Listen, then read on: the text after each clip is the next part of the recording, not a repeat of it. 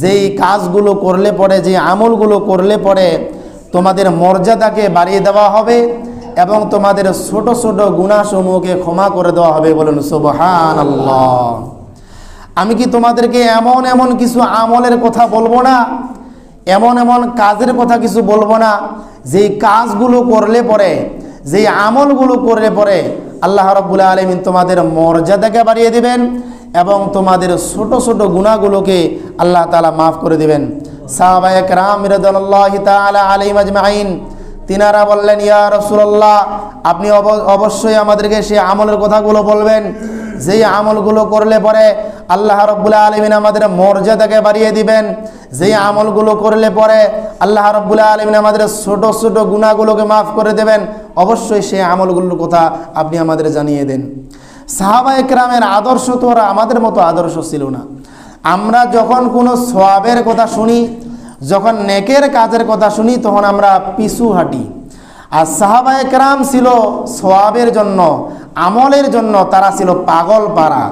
যখন নবী করিম সাল্লাল্লাহু আলাইহি সাল্লাম কোনো সওয়াবের কথা বলতেন, কোনো আমলের কথা বলতেন, সাহাবায়ে কেরাম শোনার জন্য, সেই আমলের কথা শোনার জন্য তারা উদগ্রীব হয়ে থাকতো, পাগল হয়ে থাকতো।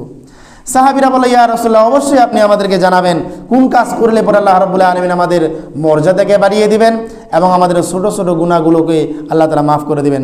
নবী করিম সাল্লাল্লাহু আলাইহি ওয়াসাল্লাম সাহাবীদেরকে বললেন, ইসবাউল ওযুই আলাল মাকারি, যারা কষ্ট করা, কষ্ট হচ্ছে এটা মনে করেও যারা ভালোভাবে পরিপূর্ণরূপে যারা উজু করবে, আল্লাহ রাব্বুল আলামিন তাদের মর্যাদাকে বাড়িয়ে দিবেন এবং তাদের ছোট ছোট গুনাহগুলোকে আল্লাহ তাআলা মাফ করে দিবেন। বলুন সুবহানাল্লাহ।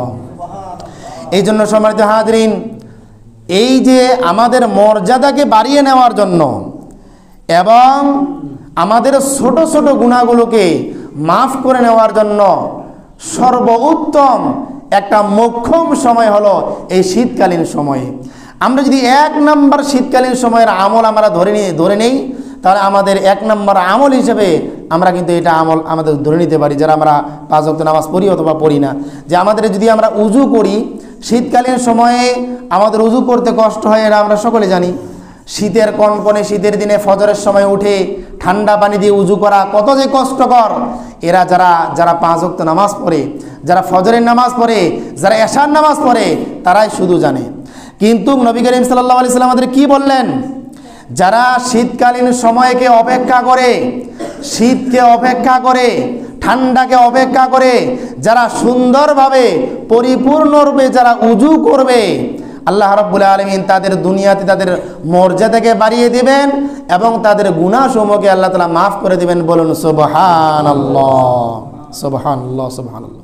এই জন্য সম্মানিত হাজরিন, আমরা অবশ্যই কিছু কিছু মানুষ তো দেখা যায় শীতকালীন সময় আমরা যারা আমরা উজু করি, আমাদের ভিতরে থেকে কিছু কিছু মানুষ আছে তারা আমরা এভাবে উজু করি যে গরমের দিনে উজু করতে যেখানে সময় লাগে আমাদের 10 মিনিট, শীতের দিনে উজু করতে সময় লাগে আমাদের 2-3 মিনিট।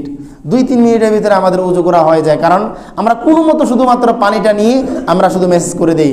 কিন্তু উজুর যে নিয়মগুলো আছে, আপনাকে যে দাড়ি থাকলে দাড়ি খিলাল করে আপনাকে উজু করতে হবে, হাত মুখগুলো একটু ভালো করে ঘষে পরিষ্কার করে আপনাকে উজু করতে হবে, সেই নিয়মগুলো আমরা ঠান্ডার সময় আমরা আসলে আদায় করতে চাই না।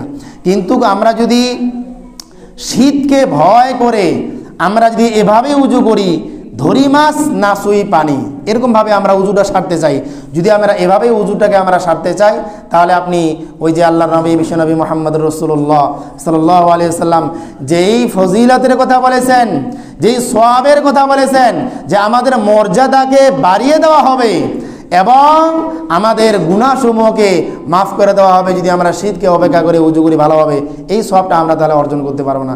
আল্লাহ সুবহানাহু ওয়া তাআলা আমাদের সকলকে ভালোভাবে এই শীতের দিনগুলোতে ভালোভাবে উত্তম রূপে যেন আমরা উজু করতে পারি, আল্লাহ তাআলা তৌফিক দান করুন। বলুন আল্লাহুম্মা আমিন। সম্মানিত হাজরিন, পবিত্র এই শীতকালীন সময়ের আমাদের দ্বিতীয় নম্বর করণীয় হলো